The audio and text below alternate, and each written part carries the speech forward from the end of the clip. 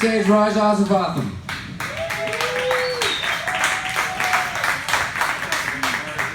Hello, how are you?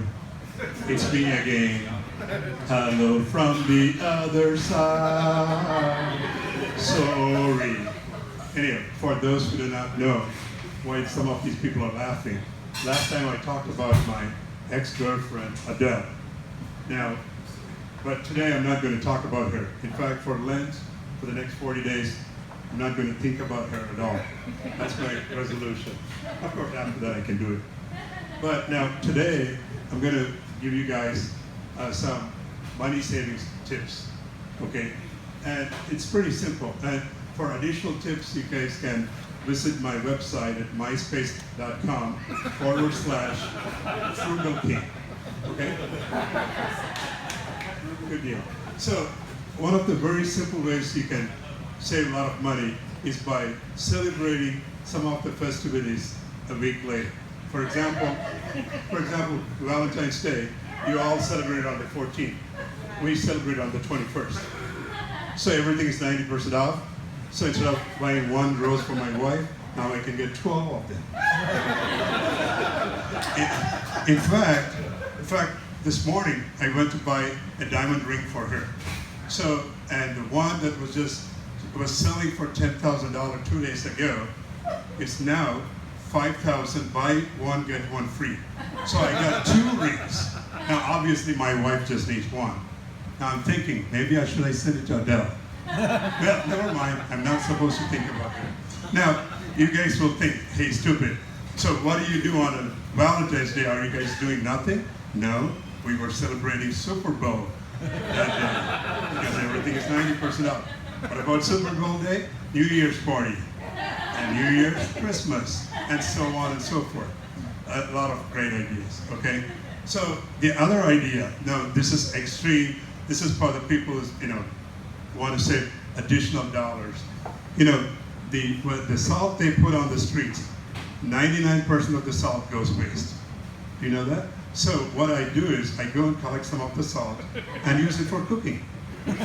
So now also, on top of that, now, you guys, when the kids cry, the tears, they have twice the salt content than the seawater.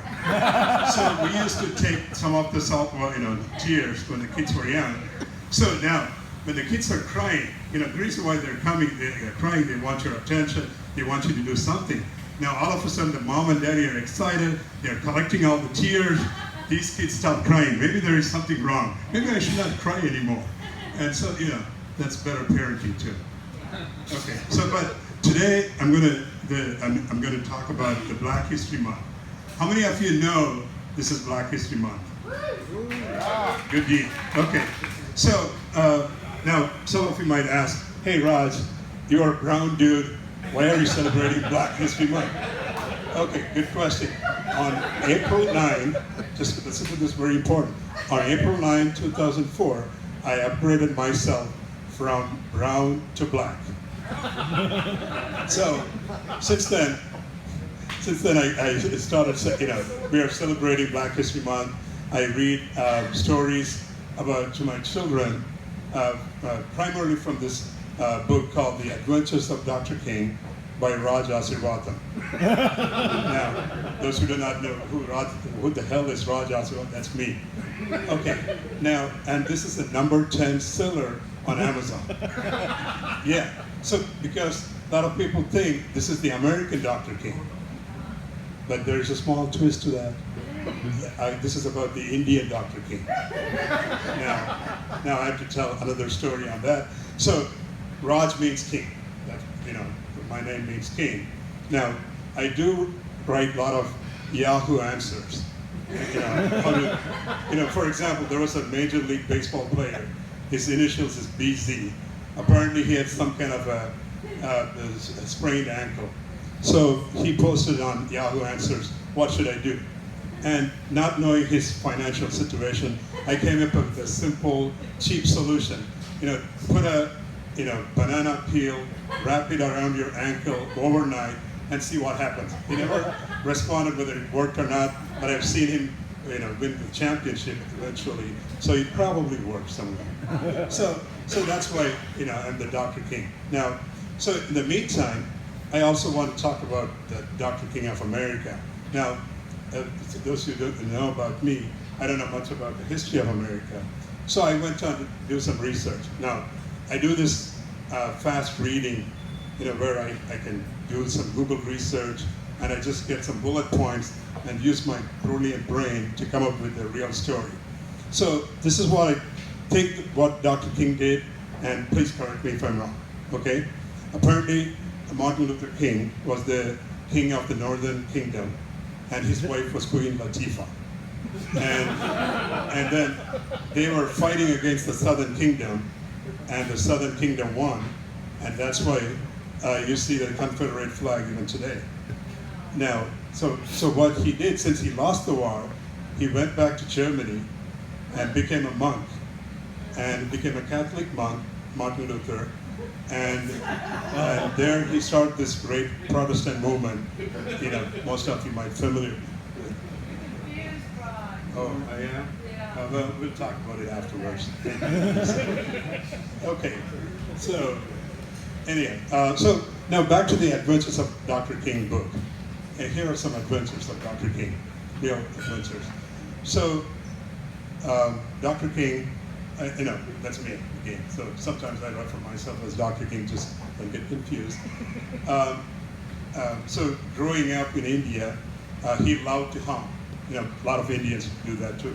When, if you go to third world countries, you can hear the honking sound. And in fact, some of the cities are called music cities because they are known for their honking.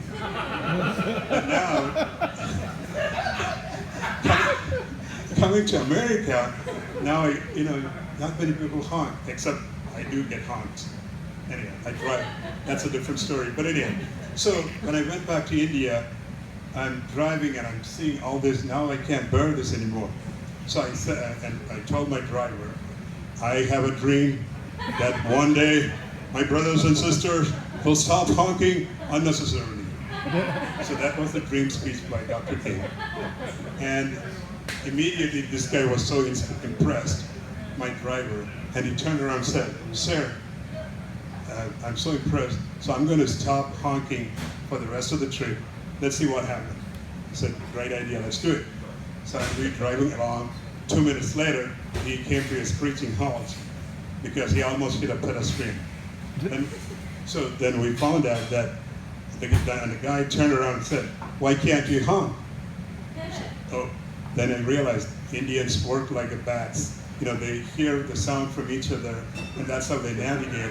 And if there's no sound, everybody just keep walking the road. So that was my inspirational speech. I had to throw it away.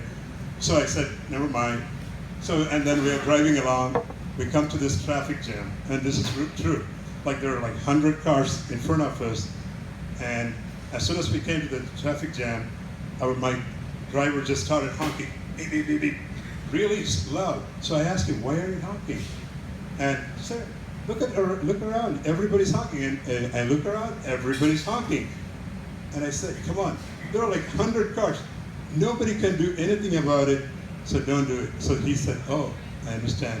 So from that day onwards, at least he stopped that. So at least I made a small change. Now, the other thing is, there's a cultural difference between where I come from and here. There, we don't hold hands with our wives, but we do hold hands with our friends. And I stopped doing that here, so don't worry, my friends. So now, our family and a couple other families, we went to Miami Beach about 10 years ago, and this is a true story. And when a comedian says true story, it's probably 1% true. But anyway, I'm not a comedian, so it's true. So, and we go to this Miami Beach, and me and my buddy, we went for a morning jog, and then we were walking back, and he was so impressed with the whole thing, and my friendship, he started holding my hands. And I felt so uncomfortable, so I have to slowly take my hands out. But now, there's another cultural thing within our own country. This is the last story from the book, The Adventures of Dr. King. And so in our town, and this is very true, that growing up, only the men drove vehicles. So my mom never even thought about driving anything, which is not uncommon. So, and we had this crazy tradition. So whenever somebody in the daytime comes with their headlights on, and usually everybody had a two-wheeler, motorcycle, or a scooter, and the guy across will show like this, indicating that headlight is on. So they will turn it off, thinking that we are saving some kind of energy. Anyway, we did that. That was very common. Now, fast forward, I go to this big city where both men and women drive, and I'm walking in the street, and I see this beautiful young girl, and I was very young too at that time, coming in their two-wheeler with their headlights on. So I started doing like this to her, and she started covering her boobs. Why? That's all, guys.